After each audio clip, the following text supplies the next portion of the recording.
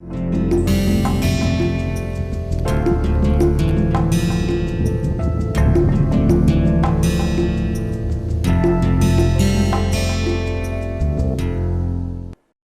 to lecture 3 of week 10 of this muffler acoustics course, NPTEL course on muffler acoustics. So, last class what we were discussing was that we will talk about much more complicated muffler configurations. So, let me just pull out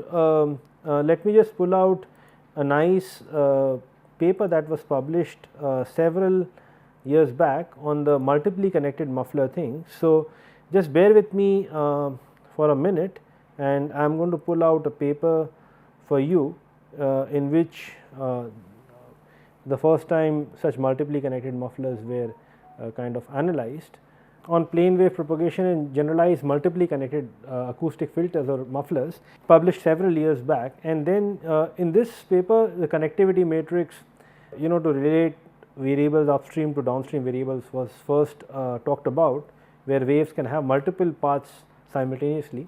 So, there are number of important or number of interesting kind of configurations. This is your Herschel-Quincke tube, the one that we just analyzed, one of the most simplest multiply connected mufflers. Then there are far more complicated ones, like for example, consider this one, a network connection with no expansion chamber in the middle, but there are multiple constructive or destructive interferences happening, and from this point onwards to this point, it is what we figure out the transmission loss, and then you can have an expansion chamber here or an expansion, two such expansion chambers and all that, and you can have another such configuration. We will probably discuss a few such configurations in today's lecture, like this is yet another such connection, or this is the one I was mentioning. So, this is let me go to the slide and start talking about it. So, drawing it in a rather simple manner, it is something like this,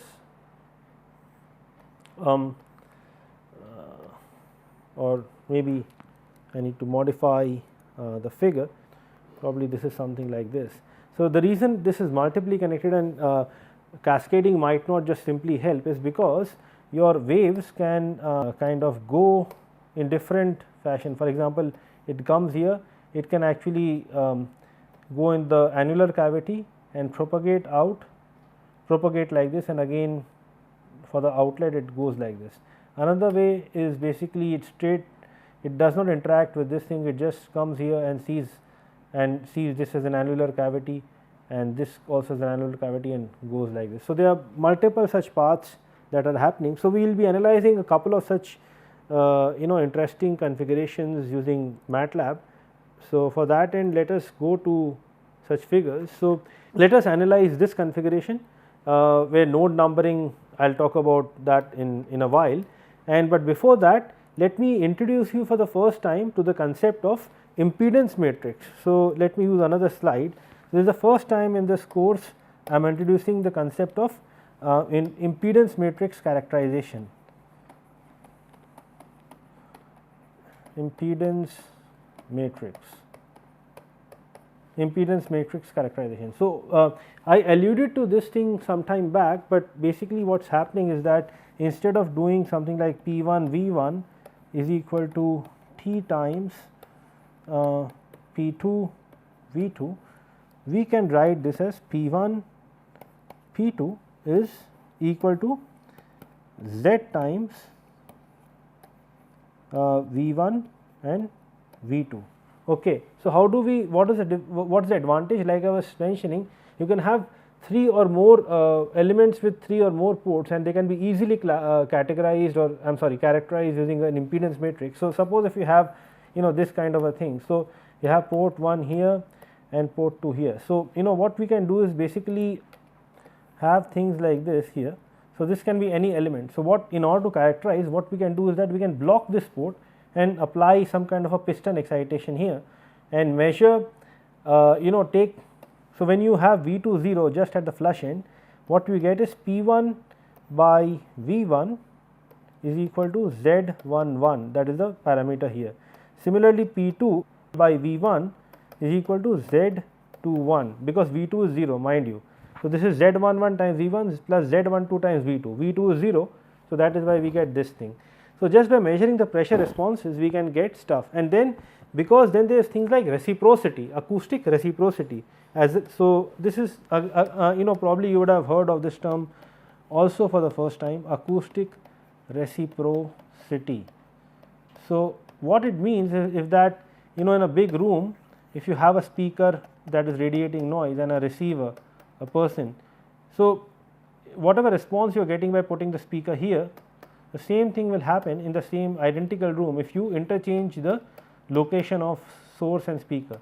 So, the guy present here will respond, will basically observe the same response if the position of the source and speaker are interchanged. The reason I brought up this was because if you were to block this port and apply a piston excitation somewhere here. So, your P1 by V2 will get you Z12, and Z12, like what I said now, it has to be equal to Z21, and such systems which obey such a concept is called reciprocal system or reciprocal mufflers. So, such a thing does not quite exist in when you have your flow, there is a flow direction. So, reciprocity is valid very much for a muffler without a flow, just a filter, but when you have flow, this thing does not necessarily is valid. So, this is just a comment that I wanted to make, and P2 by V2 is your Z22. So, these are also your another parameters called impedance matrix parameters or Z matrix parameters, just like transfer matrix is T matrix, impedance matrix is Z matrix. So, what is so special about it? Because now if you consider a simple expansion chamber like this, oh, I had drawn somewhere here, do not worry. So, this is the point 1 and point 2 just outside this is the length L. Remember our transfer matrix. So, this is C1 J or I would just say C J Y naught S J Y naught S C times P2 V2, okay, the transfer matrix. Now, impedance matrix will be P1 P2 is equal to minus J Y naught times, I am sort of running out of space. So, what I am going to do is I guess I have to rub this part, just start from somewhere here. So, this is equal to minus J Y naught, Y naught is nothing but this is the cross section area of the chamber. So, Y naught is C naught by S cot cosec, and this is cosec cot, and this is multiplied by V1 and V2. Okay. So, P1 P2 is equal to minus J Y naught times this is the matrix 2 cross 2. So, this can be easily seen, once you already have the relation A P, propagation in a duct can be can be expressed as A into e to the power minus j k naught x plus B times e to the power plus j k naught x. Okay, this one is minus, other is plus. So, then you apply your boundary, find out the velocity expression, apply the rigid wall condition. So, if you apply a piston that is flush mounted here and block it here and apply rigid wall condition over the entire face here, and then it's again it's a planar wave, mind you. So, all this relation is valid for a planar wave. So, this Z matrix is a counterpart of the T matrix, assuming a plane wave propagation only right from the interface. So, when you have such a thing, P by P by V will give you, I am sorry, P1 by V1 will give you minus J Y naught cot k naught L, and P2 by V1 will give you cosec k naught L, and this will be same because of reciprocity, no mean flow, and there will be cot k naught L also because it is a chamber. For conical mufflers, if you have a thing like this, if you have things like this kind of a thing, then things would be sort of a bit different. This term would be different, and reciprocity wise it will be the same, the off diagonal terms. But these are all subtle things which we need to take care about. But what I am trying to say is that suppose if you have a single or triple port system, something like this, the length is L, and there is a circular cross section and that kind of a thing. So, this is 1, 2, 3 points. 1 is just outside the chamber. So, P1, P2, P3, this can be simply written in terms of inspection. So, port 1, so this is V1, V2, V3, this can be simply written by visual inspection. So, what will be P1 and V1? P1 by V1 is Z11, that will be cot K naught L.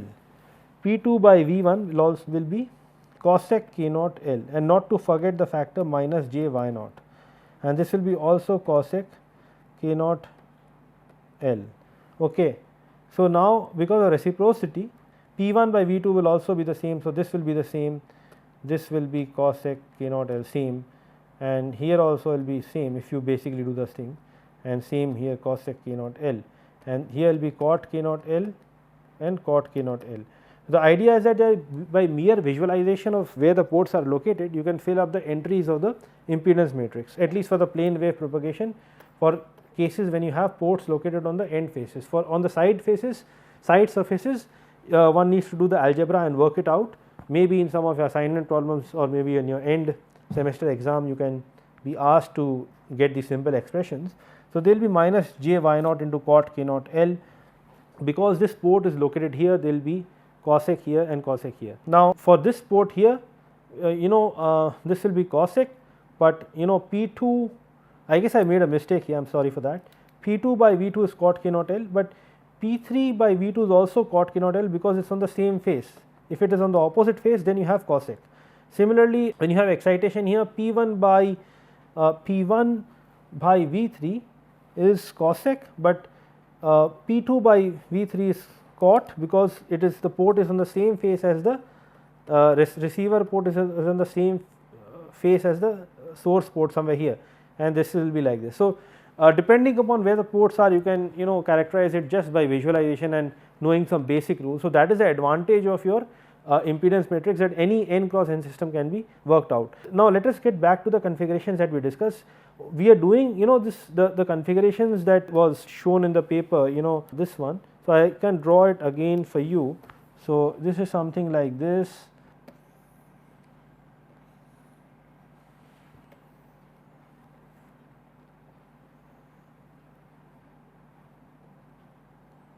So, this one was going like this.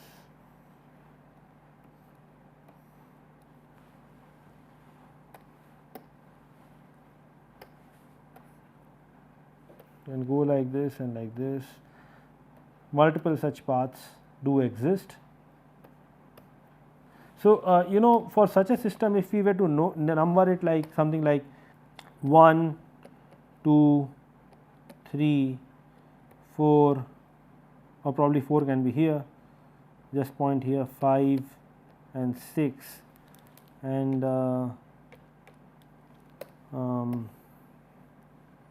this guy can be 7, 8, 9, 10, 11, 12, 13. So, what we want is basically relation between P1 and P1 V1 and P13 V13, or P1 P13 related to V1 V13 using an impedance matrix. Once we know impedance matrix, we can convert it to transfer matrix very well and figure out the transmission loss.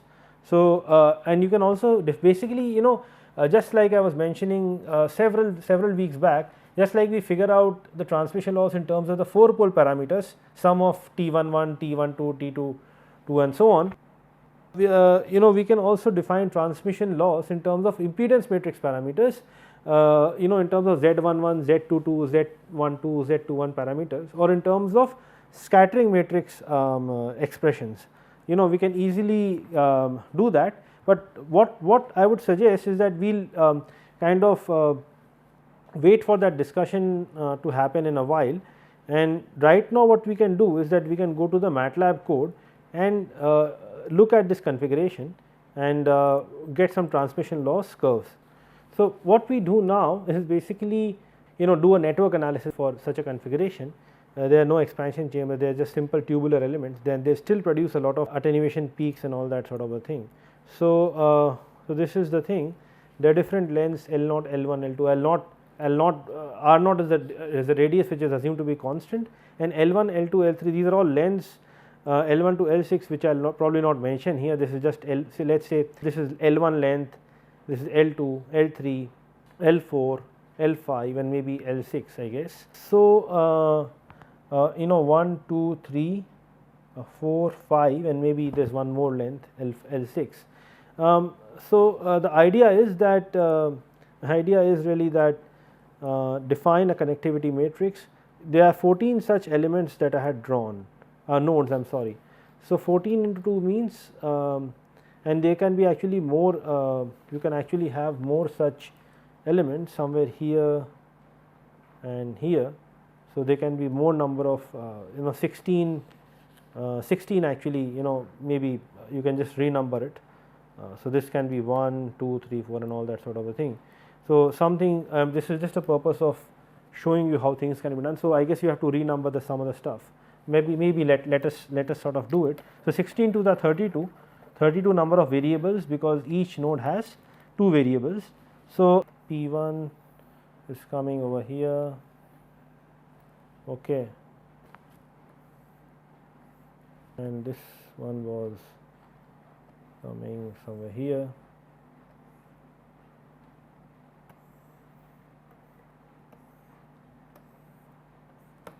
Well, so so if we were to number it like 1, 2, 3, 4, 5, 6, 7, 8, 9, 10, 11 and then 12, 13 and 14 into 2. So, there are 28 variables because at each node there are 2 variables, pressure and velocity, mass velocity. So, we want to express everything, all the variables from P 1, P 2, P 3 till P 13, V 13 in terms of P 14 and V 14. If we can do that, then we can just take out that particular rows which represents the relation P 1 V 1 with P 14 V 14 or probably P 1 and P 14 in terms of V 1 and V 14. So, what has been done essentially in the MATLAB code, we can do the either which ways. We can get either the impedance matrix or we can get the transfer matrix. Finally, we can, because we can convert and do stuff. So, sound speed is 340 and some characteristic impedance of the pipe. So, connectivity matrix, this is the crucial part. Connectivity matrix is 26 cross 26 because like I mentioned, we have 28 variables and we will probably be having equations 26 such equations. So, we can relate 26 variables in terms of the remaining 2 variables which are so we to uniquely determine or characterize the system. So, this one I am not going to go through the entire thing, but I am just walking through the entire through the code in a brief manner. So, this is something like characterizing the tubular element upstream and this is the junction laws. So, they always occur in blocks, okay. And then this is again your tubular element L 1 L 2 and this is your this thing, the junction laws, and similarly these are again your junction laws at a certain thing. So, these are written by by a lot of bookkeeping, and wherever you are getting cot and cosec terms, that means you should consider or understand that there is your wave propagation in the tube along those lines. So, this is what it is. The different, so the way connectivity matrix is written is quite unique in the sense that in the first few rows you can consider the junction laws to be written first, and then you can get done with the junction laws and then talk about the propagation within each element, or vice versa, or maybe have a jumbled up system in the sense that first junction laws are written and then your impedance matrix and so on so forth. So, finally, after writing all this is the final probably junction laws and or probably the propagation in the last downstream pipe, and this is related to your some kind of a transfer matrix relation. So, look, well, eventually what we get is a transfer matrix relation, that is what we are heading towards. So, Sol mat is inverse connectivity matrix. So, I did not purposely walk through the entire thing because this is something based on the numbering you have followed, and this numbering, mind you, is also not unique. eventually you want relation between P1 and P14, you can do it in whatever manner that suits you, the numbering. So, and then there is a we need only the first two rows of this format, hence the following. So, T matrix the final transfer matrix, and then of course the remaining part remains the same, you this guy calls the network system, and finally the transmission loss is plotted. So, this is already being computed. So, I will just show you one result for a given thing. So, this was the result that we got, where we have multiple such spikes, resonances that occur at this frequency and all these frequencies for a given length. And let us carefully look at the graph. So, let me sort of zoom it for you, and A configuration A was this one, and if you carefully look at the graphs here, this one, it goes like this, and then you have peaks just above 600 or something, and then below 1000 and this kind of thing, and that is precisely what you are kind of getting here. So, the idea is that we can actually represent things in terms of impedance matrix or transfer matrix, does not matter, as long as we are doing a proper bookkeeping of terms. Another such configuration that I could talk about, this was the one. So, we get this kind of a transmission loss graph, and using a planar wave approach. So, what we will do now as a final example for this this particular lecture is that we will consider the configuration shown here. So, what we see here, let me just sort of redraw this thing in a better manner.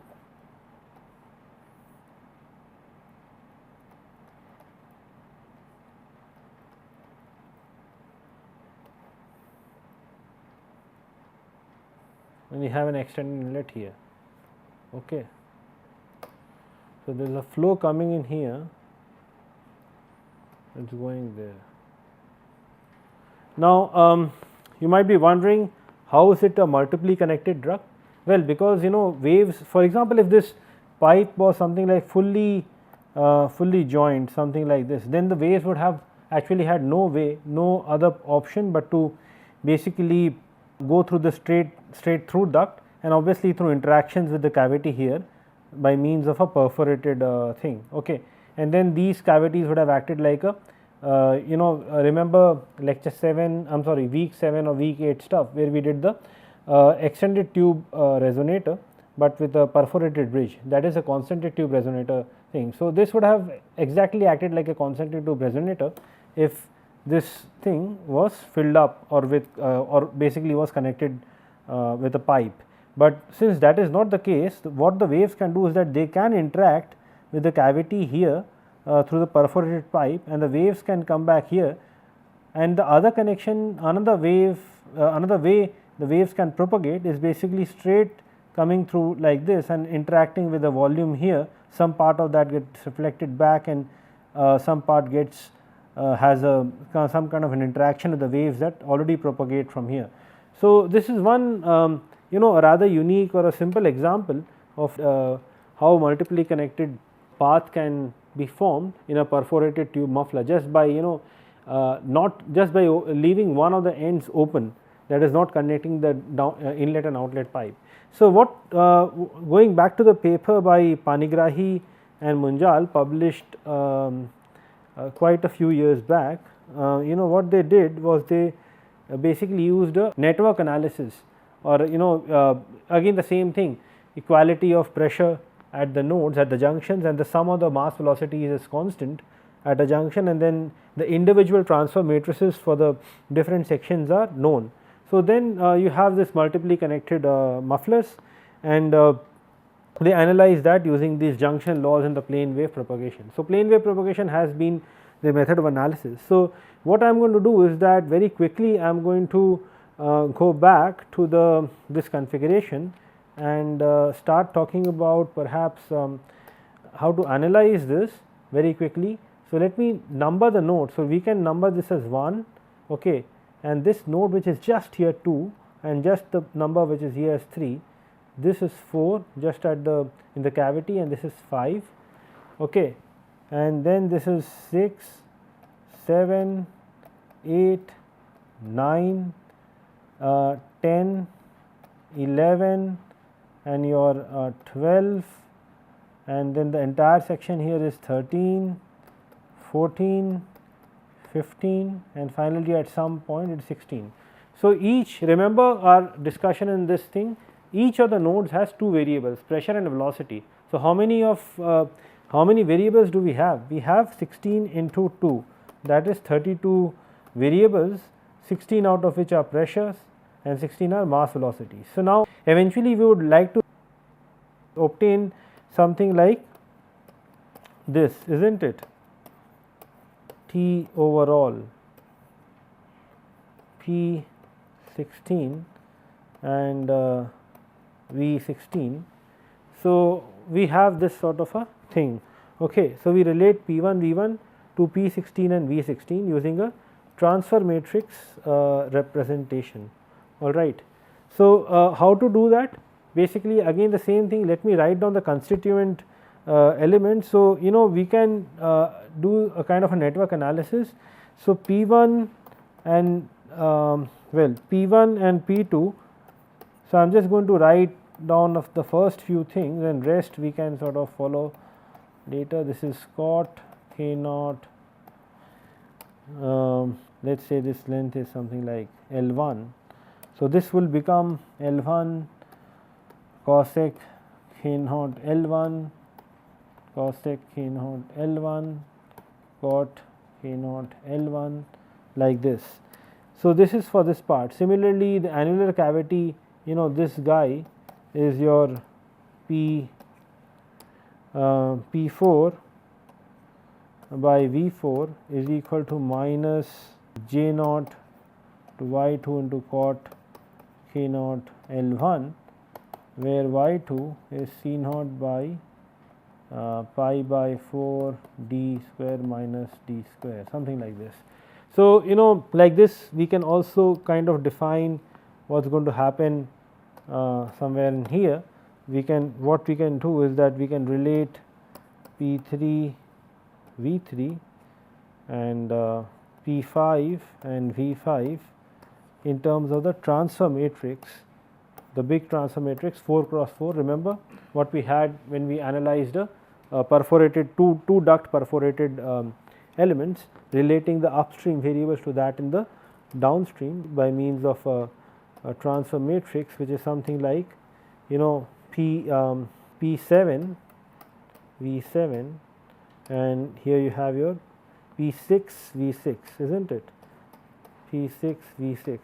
So, like this we can keep defining the transfer matrices for the individual elements and then apply junction laws. So, some of the junction laws which is fairly evident is that V 2 is equal to, or V 2 plus V 3 is equal to 0, and here we assume that the direction of the mass velocities is into the system, looking into the system, and V 4 plus V 5 is 0, P 4 is equal to P 5 and P 2 is equal to P 3. Like this we can continue to analyze this. So, let us go quickly to the MATLAB code which was written some time back by me, and to analyze such a configuration which Panigrahi and Munjal analyzed long time back.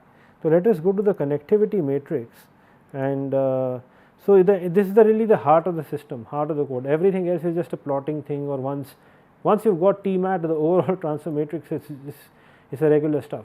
So, I will not spend much time here. Sound speed and the annular volume, S2 is the annular volume, pi by 4 d square minus small d square, and this is your area of the pipe.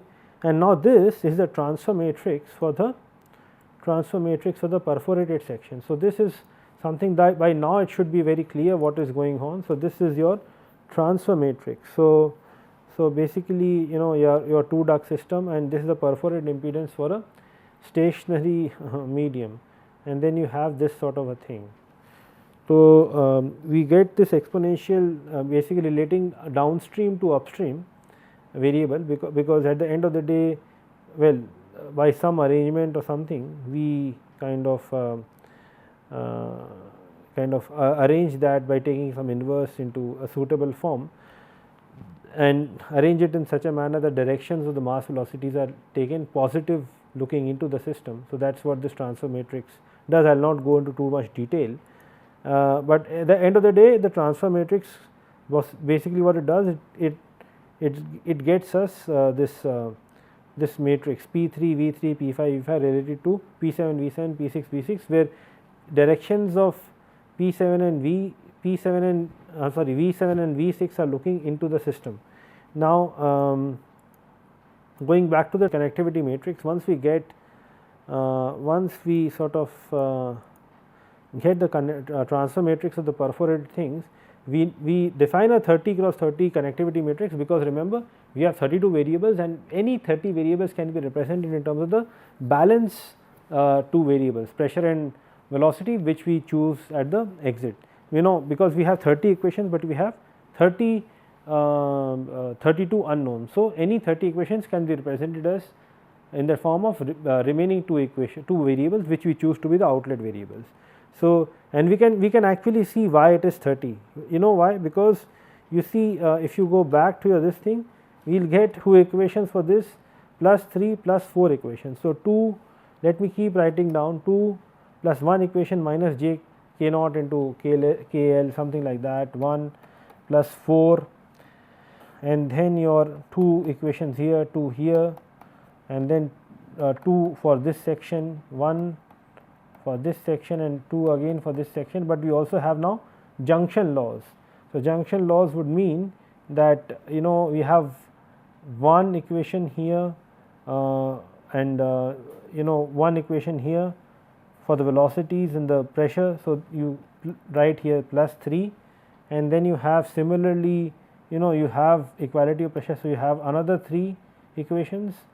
So, yeah, and then you have another 3 equations here. Actually, hang on, I guess I just made a small mistake here. So, I made a small mistake here. Instead of 3 there will be 4, because 1 P you see V2 V3 V4 V5 and P4. Here we have 4 such things, and similarly plus 4 here, sorry for that. And then you have your V11 plus V10 plus V12 is 0, and P10 is equal to P11 and P11 is equal to P12. So, you have basically 3 such equations, and you also have 3 more equations here because of these things. And so, how many do we get? 3 plus 7, 7 plus 2 9, 9 plus 2 11, 11 and 2 13, 13 and 3 16, 16 and 8 24, 27 30. Okay. So, we get 30 equations, but we have 32 variables. So, we can easily express 30 variables in terms of the balance to 2 variables. So, here is your detailed workout of the code. I am sorry. Connectivity matrix is initialized with 0 entries everywhere, and then you start from the first pipe and you get this element. Now, this is a lot of bookkeeping. I am not going through the entire code, but these are junction laws really for the for the first interaction of the pipe and the perforated thing, and then you have your annular cavity, then your again the between the annular cavity and perforated pipe. Now, relating the connectivity matrix for perforated sections, and all those things will happen. So, it requires a little bit of practice in MATLAB coding, as you would realize by now that you are going to get some MATLAB based assignment for a final exam. The codes will be given to you, but you should be in a comfortable position to play around with some parameters and do something. So, you should also start doing your own coding, and again these are all junction laws. Wherever you are seeing 1 plus 1 minus 1 and all that, these are all junction laws. And then these are the equations relating the tubular elements, cot, cosec, and then your these kind of things. And finally we arrive at at the vector thing, where you vector matrix is a rectangular matrix 30 cross 2, because 30 equations and 2 variables are your pressure and velocity data at the extreme thing, at the extreme outlet pipe. And so, this takes a simple form of cos and sine. there shouldn't be any problem. So, when you do solve inverse of connectivity matrix times vector, it basically relates all the variables ranging from P1, V1, P2, V2 and so on, P15, V15 to P16 and V16. Okay. So, it does that, and then once you do that, you get this transfer matrix. Okay. You get the transfer matrix, and then because the choice of the variable was such that the P1 and V the rows 1 and 2 were corresponding to P1 and V1, pressure and mass velocities at the inlet pipe at the very extreme. So, we just want to extract that part from the Solmat. All right. So, once we do that, this function basically gets you the overall transfer matrix, using which you compute the transmission loss and happily pass on the variable transmission loss value to the transmission loss plot. And what we can do is that we can sort of plot it straight away regarding this thing. So, let me change the folder for you guys, and otherwise it will show an error. It will show an error otherwise. So, I am taking a nominal porosity say of 30%, maybe I can take who knows 20%, hole diameter is 3 mm, thickness is 1 mm, and this is 5, you can consider 5, and this is 2000.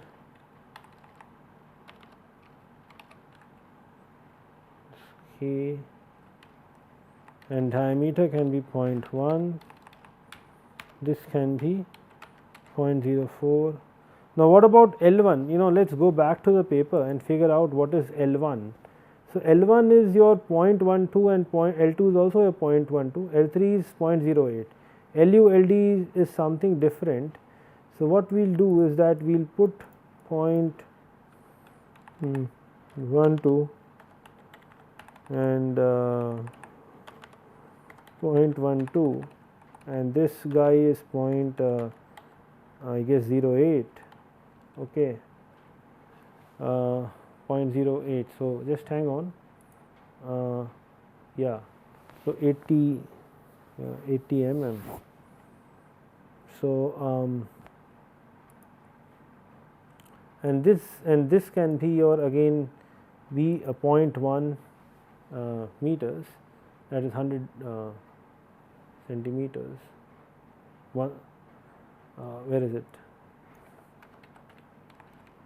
And this is also 0.1. So, let us do the computation, showing some things in here.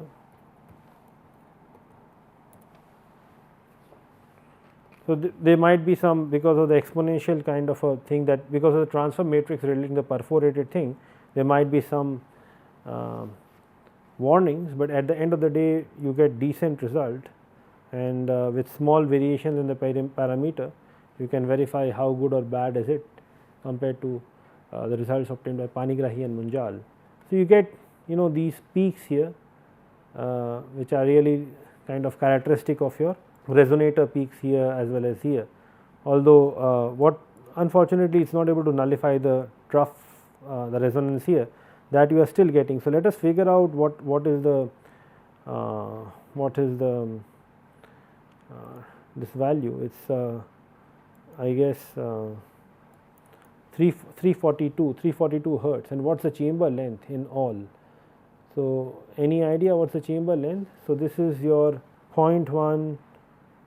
So, this will become your 0.24 and 0.32 and 0.42, 0.52. So, basically one can figure out what will be the resonance frequencies, and you see they are not being, the first actual resonance frequencies are not being able to nullify by the trough here.